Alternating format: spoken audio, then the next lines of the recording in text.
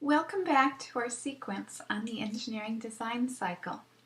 This session will speak to several options for creating a physical or electronic prototype of an engineering design during the construct a prototype phase of the design cycle. In some cases, the physical prototype will also exhibit the function of the engineering design. In other cases, it will be used as a visual and dimensional means to convey the meaning and purpose of the design. Whether it is functional or physical, these prototypes can be used by the design team to more fully test and understand the design, and also to more effectively communicate the value of the design to an external audience. In the early stages of engineering design, while endeavoring to fit the design into the application, it is often helpful to construct a physical prototype out of everyday material, such as cardboard, foam core, balsa wood, and so on. Some physical prototypes constructed of these everyday materials can be used to conduct preliminary tests of structural strength and stability, while others can be used to figure out how to dimensionally fit a design within an application. For example, a cardboard prototype of a bicycle safety device can be used to figure out how to fit a system onto a particular part of a bicycle without interfering with the bicycle's function and operation. The cardboard glasses shown here were used to test a smart glass system design functionally, and also to figure out the dimensional boundaries of the system on the face of an adult. The balsa wood bridge shown here was used to express the aesthetics, form, and shape of the design, but also to test the basic structural strength and stability of the bridge.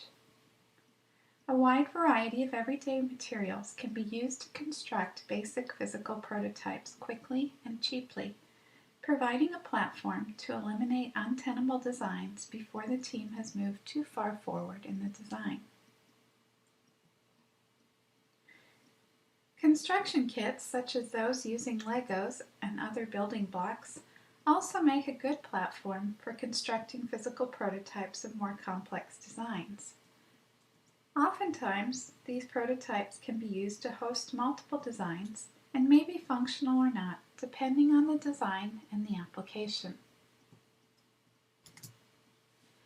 Further along in the prototyping process, 3D printing may be beneficial to producing a prototype of a design, particularly to make housings and other containment for electronics and similar designs. The 3D printing is often used in a more advanced stage of design when the team has done some preliminary prototyping and has a better feel for how much space, weight, and volume the design occupies, and more detail regarding the dimensions and physical constraints of the design.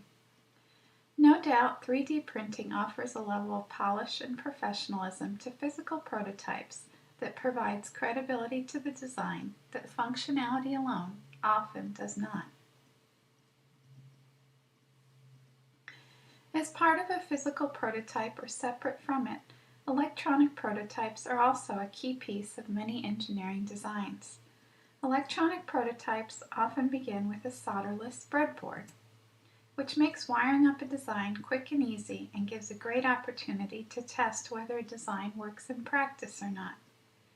However, breadboards, while convenient, have many undesirable traits, including parasitic resistance, capacitance, and noise that limit their usefulness in understanding the true performance of electronic designs.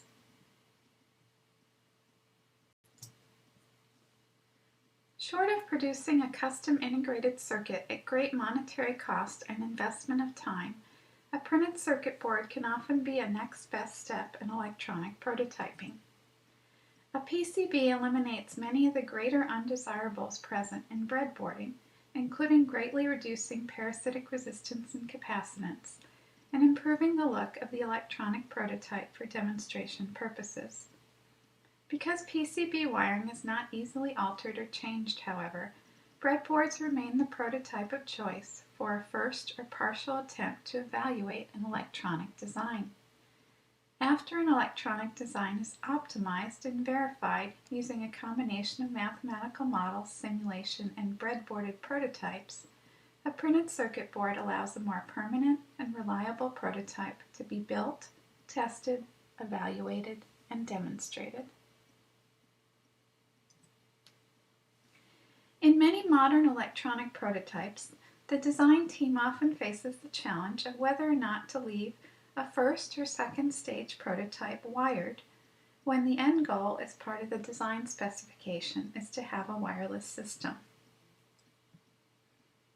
Whether there is time to implement wireless functionality or not, a physical model demonstrating what a wireless system will look and feel like is often necessary to convey the overall meaning and purpose of the design.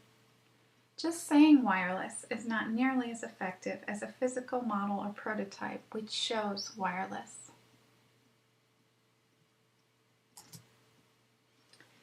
In summary, physical and electronic prototypes provide a great opportunity to show what a design will look like and to test it in the context of its application. Foregoing a physical model, even using everyday materials such as cardboard, can often lead to a loss of understanding, credibility, and conviction that the design will work, making these physical models and prototypes well worth the effort to construct, and if possible, integrate functionality into them for a true prototype. This concludes our brief overview of physical and electronic prototypes during the construct a prototype phase of engineering design. Thank you for joining us. We certainly hope that this session has stimulated you to create a prototype of your engineering designs and that you'll join us again as we take a detailed look at other phases of the design cycle.